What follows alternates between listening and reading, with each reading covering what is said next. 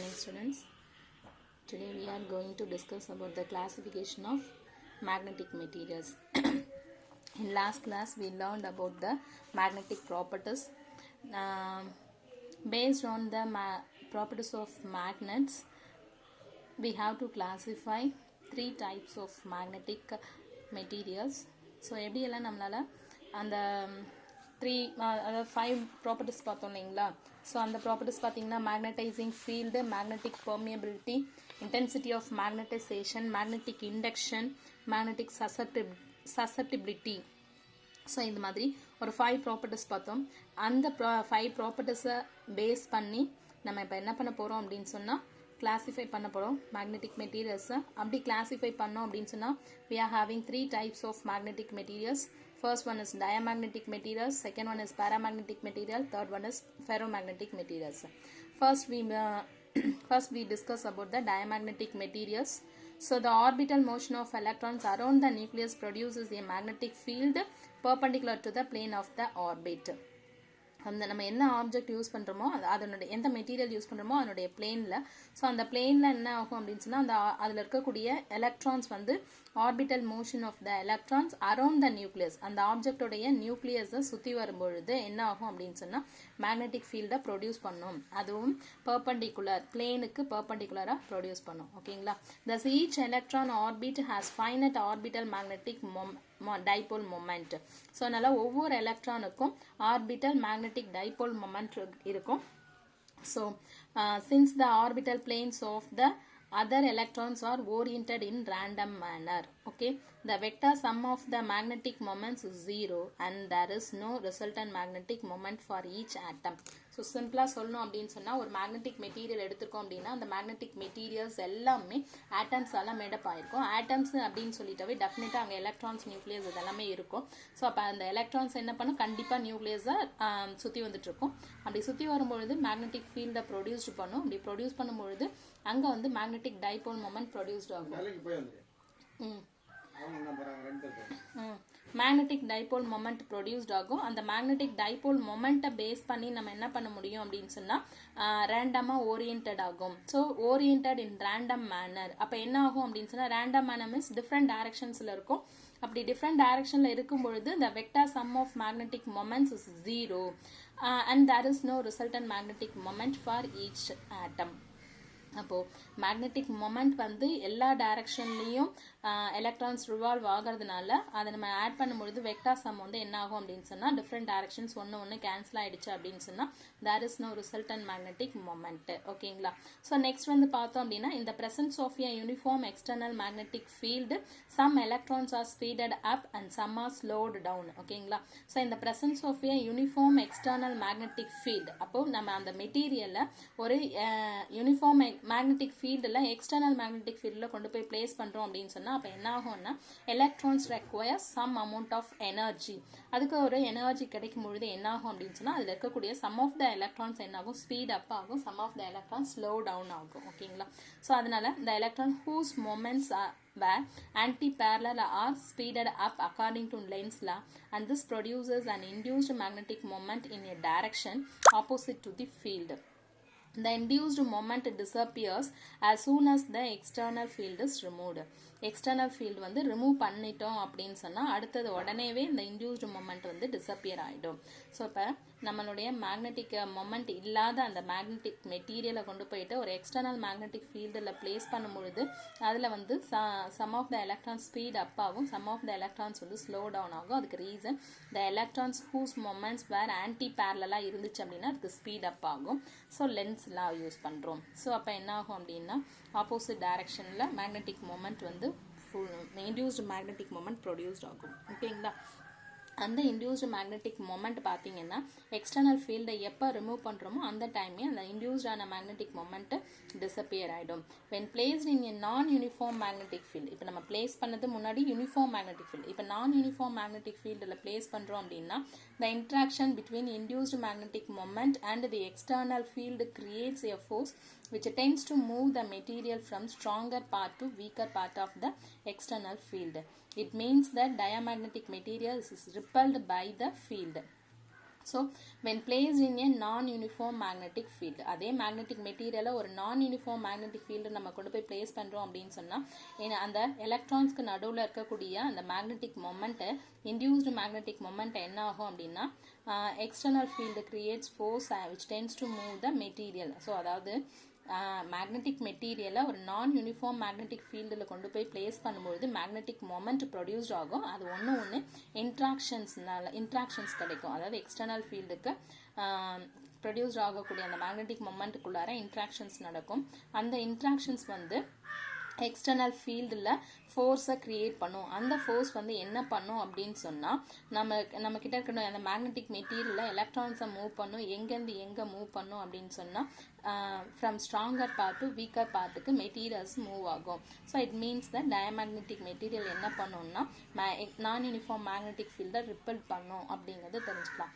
This action is called diamagnetic action and such materials are known as diamagnetic materials.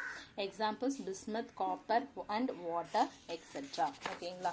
So அதனுடைய next நம்ம பார்க்க போகிறது என்ன அப்படின்னு சொன்னால் the properties of diamagnetic materials. Diamagnetic materials உடைய properties என்னன்னு பார்ப்போம். Magnetic susceptibility is negative. ஏன்னா repelled அப்படின்னு சொல்லியிருக்கோம். அப்போ magnetic susceptibility is negative. Relative permeability is slightly less than 1. Relative permeability is slightly less than 1. The magnetic field lines are repelled or expelled by diamagnetic materials when placed in a magnetic field. Susceptibility is nearly temperature independent. Nearly temperature independent. இந்த 4 properties நல்லா பார்த்துக்கோங்க. Magnetic susceptibility is negative. Relative permeability is slightly less than unity. The magnetic field lines are repelled or expelled by diamagnetic materials when placed in a magnetic field. Susceptibility is nearly temperature independent. ஓகேங்களா? Right. இப்போ நம்ம என்ன பார்த்தோமோ அதை base பண்ணி தான். So first அந்த மெட்டீரியலுக்குள்ளார electrons எப்படி இருக்கும், மேக்னெட்டிக் மொமெண்ட் எப்படி இருக்கும், அதை ஒரு யூனிஃபார்ம் மேக்னெட்டிக் ஃபீல்டில் பிளேஸ் பண்ணால் எப்படி இருக்கும், நான் யூனிஃபார்ம் மேக்னெட்டிக் ஃபீல்டில் பிளேஸ் பண்ணால் எப்படி இருக்கும், தென் ஃபைனலி ப்ராப்பர்ட்டிஸ். ஓகேங்களா? So next Paramagnetic materials. In some magnetic materials, each atom or molecule has net magnetic dipole moment. அங்கே dipole momentே கிடையாது diamagneticல. Paramagneticல எப்படின்னா net magnetic dipole moment இருக்கும், which is the vector sum of the orbital and the spin magnetic moments of electrons. அப்போ என்ன ஆகும் அப்படின்னா அங்கே random orbital motion and spin motion ரெண்டுமே இருக்கும். spin magnetic moments and orbital magnetic moments. அதனால நமக்கு என்ன ஆகும், net magnetic dipole moment கிடைக்கும். So due to the random orientation of these magnetic moments, orbital and spin ரெண்டுமே இருக்கிறதுனால net magnetic moment of the materials is 0. ஓகேங்களா? Some of the net magnetic dipole moment இருக்குது. அந்த ஆட்டம்ல நம்ம பார்க்கும்பொழுது which is the vector sum of the orbital and spin. ஒரு சில magnetic மெட்டீரியலில் எலக்ட்ரான்ஸ் ரேண்டமாக ஓரியன்ட் ஆகிட்டு இருக்கிறதுனால அங்கே net magnetic moment 0. Some of the materials net magnetic moment இருக்கும். அப்படி இருக்கிறதுல வெக்டார் சம்மு அப்படின்னு நம்ம எடுக்கும் பொழுது அதில் ஆர்பிட்டல் மேக்னெட்டிக் மொமெண்ட் இருக்கும், ஸ்பின் மேக்னெட்டிக் மொமெண்ட் இருக்கும். அதனுடைய வெக்டார் சம்முக்கு நம்ம போகும்பொழுது, அதாவது மேக்னெட்டியூடாக பார்க்கும்பொழுது இருக்குது, ஆனால் வெக்டார் அப்படின்னு நம்ம போகும்பொழுது கண்டிப்பாக அது என்ன ஆகுது, மியூச்சுவலாக கேன்சல் ஆகுதுனால net magnetic moment of the material is 0. இப்போ மறுபடியும் அதை எங்கே கொண்டு போய் வைக்கணும்? In the presence of an external magnetic field, the torque acting on the atomic dipoles will align them in the field direction.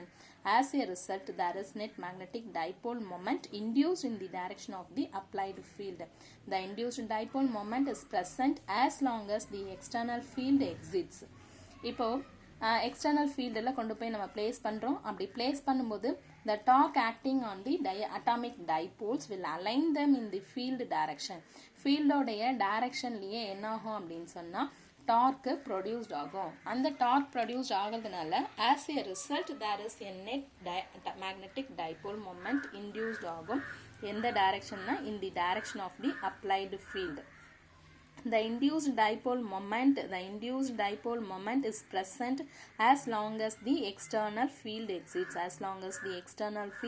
exists. ஓகேங்களா? In the presence of an external magnetic field, the torque acting on the atomic dipoles, அப்போ atomic field, அதாவது ஒரு external magnetic fieldல paramagnetic materials, அதாவது some of the magnetic மெட்டீரியல்ஸை கொண்டு போய் நம்ம பிளேஸ் பண்ணோம் அப்படின்னு சொன்னால் அதில் டார்க் ப்ரொடியூஸ் ஆகும். டியூ டு த டார்க் வந்து எல்லாமே அலைன்ட் ஆகும் இந்த ஃபீல்ட், இந்த direction of the field. So அப்போ வந்து மேக்னெட்டிக் மொமெண்ட் ப்ரொடியூஸ் ஆகும். தட் மேக்னெட்டிக் மொமெண்ட் வந்து இன்டியூஸ்ட் ஆகும். அந்த மேக்னெட்டிக் டைபோல் மொமெண்ட் வந்து எந்த டைரக்ஷன்னா அப்ளைடு ஃபீல்டோடைய டைரக்ஷனில் தான் இன்டியூஸ்ட் ஆகும்.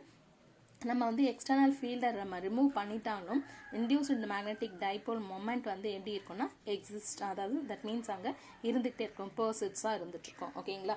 when placed in a non-uniform magnetic field, the paramagnetic materials will have a tendency to move from weaker to stronger part of the field. non-uniform field diamagnetic materials place பண்ண stronger to weaker வந்து material move ஆகும்னு சொன்னோம். இங்கே வந்து weaker to stronger பார்ட்டுக்கு move ஆகும். materials which exhibit weak magnetism in the direction of the applied field are known as paramagnetic materials. ஓகேங்களா?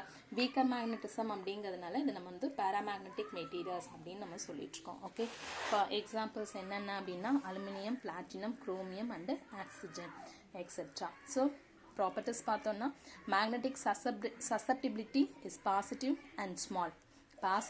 And ஸ்மாலாக இருக்கும். Relative permeability is greater than 1. The magnetic field lines are attracted because இங்க வந்து weaker to stronger. And then susceptibility is inversely proportional to temperature. பாசிட்டிவாக இருக்கும், ஸ்மாலாக இருக்கும். Relative permeability greater than 1 இருக்கும். magnetic field lines attracted-ஆக இருக்கும். and susceptibility is inversely proportional to temperature. ஓகேங்களா? Next வந்து Curie's lawங்கிறது என்ன அப்படின்னா அந்த டெம்பரேச்சரை பேஸ் பண்ணி சொல்கிறது. when temperature is increased, thermal vibration will upset the alignment of the magnetic dipole moment. So அதாவது நம்ம கொண்டு போயிட்டு ஒரு எக்ஸ்டர்னல் ஃபீல்டில் பிளேஸ் பண்ணும்போது மேக்னெட்டிக் டைபோல் மொமெண்ட் இன்டியூஸ்ட் ஆகுது அப்படின்னு சொன்னோம் இல்லைங்களா? ஸோ அந்த இன்டியூஸ்ட் ஆகக்கூடிய மேக்னெட்டிக் டைபோல் மொமெண்ட் வந்து அப்செட் ஆகும். எப்போ? when temperature is increased. Therefore, the magnetic susceptibility decreases with increase in temperature. Susceptibility decrease ஆகும் எப்போனா temperature increase ஆகும் பொழுது. In many cases, the susceptibility of the materials is psi m is inversely proportional to T. Psi m is directly proportional to 1 by T. So, அது வந்து proportionality cancel பண்ண நம்ம ஒரு constant add பண்ணுவோம். That is C. Psi m is equal to C by T. This relation is called Curie's law. Here C is called Curie constant and temperature T is in Kelvin. The graph between magnetic susceptibility and temperature is shown in a figure. இந்த வச்சு நம்ம சொல்லும்போது psi m, அதாவது temperature increase ஆக susceptibility ஓட value என்ன ஆகிட்டே வருது, டிக்ரீஸ் ஆகுது. So is a rectangular hyperbola அப்படிங்கிறது நமக்கு result.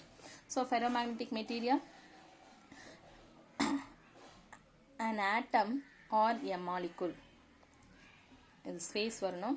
An atom or a molecule in a ferromagnetic material possesses net magnetic dipole moment as in a paramagnetic material. ஓகேங்களா? ரைட். paramagnetic மெட்டீரியலுக்கு நம்ம என்ன பார்த்தோம் அதுதான் பார்த்துட்டு இருக்கோம். A ferromagnetic material is made up of smaller region called ferromagnetic domains. Within each domain, the magnetic moments are spontaneously aligned in a direction. This alignment is caused by strong interaction arising from electron spin, which depends on the interatomic distance.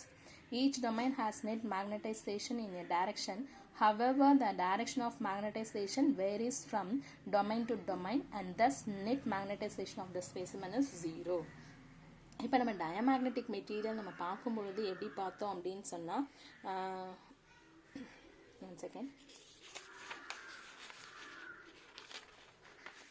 Right, டயமேக்னெட்டிக்கு paramagnetic பார்த்தோம் அப்படின்னா அதுக்கு வந்து net magnetic moment இல்லை, net magnetic moment இருக்குது, அங்கே variations இருக்குது அப்படி பார்த்தோம் இல்லைங்களா? ஒரு மெட்டீரியலாக பார்த்தோம். ஆனால் அந்த ஃபெரோமேக்னெட்டிக் மெட்டீரியலை பார்க்கும்பொழுது ஹோலாக பார்க்க முடியாது. என்ன ஆகும்னா இது ஸ்மாலர் ரீஜனாக செப்பரேட் ஆகிருக்கும். அப்படி ஸ்மாலர் ரீஜன் மீன்ஸ் வந்து இந்த மாதிரி சின்னதாக பிரேக்கப் ஆகிருக்கும். ஓகேங்களா. அப்படி இருக்கும்பொழுது இங்கே இருக்கக்கூடிய எலக்ட்ரான்ஸ் எல்லாமே ஒரே டைரக்ஷனில் இருக்கும். ஓகே, ஸோ இப்போ இது எல்லாத்தையும் சின்ன சின்ன இந்த போர்ஷன்ஸ் எல்லாத்தையும் நம்ம என்னன்னு சொல்கிறோம் அப்படின்னா டொமைன் அப்படின்னு நம்ம சொல்லிட்டு இருக்கோம். சின்ன சின்ன போர்ஷன்ஸ் எல்லாத்தையும் நம்ம டொமைன் சொல்லிட்டு இருக்கோம். So within each domain the magnetic moments are spontaneously aligned in a direction. எந்த டைரக்ஷன், அதாவது நம்ம எக்ஸ்டர்னல் ஃபீல்டில் பிளேஸ் பண்ணும்பொழுது இது ஸ்பான்டேனியஸாகவே என்ன ஆகிடும் அப்படின்னு சொன்னால் ஒரே சேம் டைரக்ஷனுக்கு அலைன் ஆகிடும். This alignment is caused by strong interaction arising from electron spin which depends on the interatomic distance. So interatomic distance depend பண்ணி என்ன ஆகும் அப்படின்னு சொன்னா இது strong interactions இதுக்குள்ளார நடக்கும். இது ஆட்டோமேட்டிக்கா என்ன ஆயிடும், அரேஞ்ச்மெண்ட் ஆயிடும். each domain has net magnetization in a direction. So ஒவ்வொரு டொமைனும் இந்த டொமைனுக்கும் பார்த்தீங்க அப்படின்னு சொன்னா நெட் மேக்னடைசேஷன் இருக்கும், அதுவும் பர்டிகுலர் டைரக்ஷன்ல. So however the direction of magnetization varies from domain to domain. ஆனாலும் magnetization என்ன ஆகும், டொமைனுக்கு டொமைன் வேரியேஷன் ஆகும். and thus the net magnetization of the specimen is 0-வா இருக்கும் இங்க. ஓகேங்களா, right. in the presence of external magnetic field. So இப்போ இது பார்த்தீங்கன்னா டிஃப்ரெண்ட் டைரக்ஷன்ஸில் இருக்கு. இது வந்து in the absence of external field. in the presence of external field என்ன ஆகும்? So the domains having magnetic moments parallel to the field grow bigger in size. Parallel to the field ஓட டைரக்ஷன்லயே என்ன ஆயிடும், பெருசா alignment ஆயிடும். The other domain are rotated so that they are aligned with the field. இப்போ இது எல்லாமே ஒன்று ஒவ்வொரு டொமைன், ஆப்சன்ஸ் ஆஃப் ஃபீல்டில் ஒன்று ஒவ்வொரு டொமைன். அப்போ இந்த ஒவ்வொரு டொமைனும் பார்த்தீங்கன்னா வேறு டைரக்ஷன் இருக்கும். நெட் மேக்னடைசேஷன் 0ன்னு சொல்லிட்டோம். எக்ஸ்டர்னல் ஃபீல்டு இதெல்லாம் ஒரே டைரக்ஷன் அலைன் ஆகும். அலைன் ஆனதுக்கப்புறம் எல்லாமே எப்படி இருக்கும்னா பேரலாக இருக்கும்னு சொல்லி பார்த்துட்டோம். As a result of these mechanisms, there is a strong net magnetization of the material in the direction of the applied field. Applied field ஓட டைரக்ஷன்லேயே என்ன ஆகும், strong magnetization produced ஆகிடும். ஓகேங்களா, ஸோ இதுதான் ரைட். இப்போ என்ன ஆகும் அப்படின்னா when placed in a non-uniform magnetic field, the ferromagnetic material will have a strong tendency to move from weaker to stronger. So அதை எக்ஸ்டர்னல் ஃபீல்டில் வைக்கும் பொழுது எல்லாமே ஒரே டைரக்ஷன், அதனால ஸ்ட்ராங் மேக்னடைசேஷன் நடந்துடும் நம்ம சொல்லிட்டோம். ஆப்சன்ஸ் ஆஃப் எப்படி இருக்குன்னு பார்த்தாச்சு. அதுக்கு அடுத்தது பார்த்தீங்கன்னா இது கொண்டு போய் நான் யூனிஃபார்ம் மேக்னெட்டிக் ஃபீல்டில் பிளேஸ் பண்ணும்பொழுது diamagnetic stronger to weaker, paramagnetic weaker to stronger, ஃபெரோமேக்னெட்டிக்கும் எங்கேருந்து எங்கே போகும் அப்படின்னா வீக்கர் டு ஸ்ட்ராங்கர் போகும். So the materials which exhibit strong magnetism in the direction of applied field are called ferromagnetic materials. Iron, nickel and cobalt.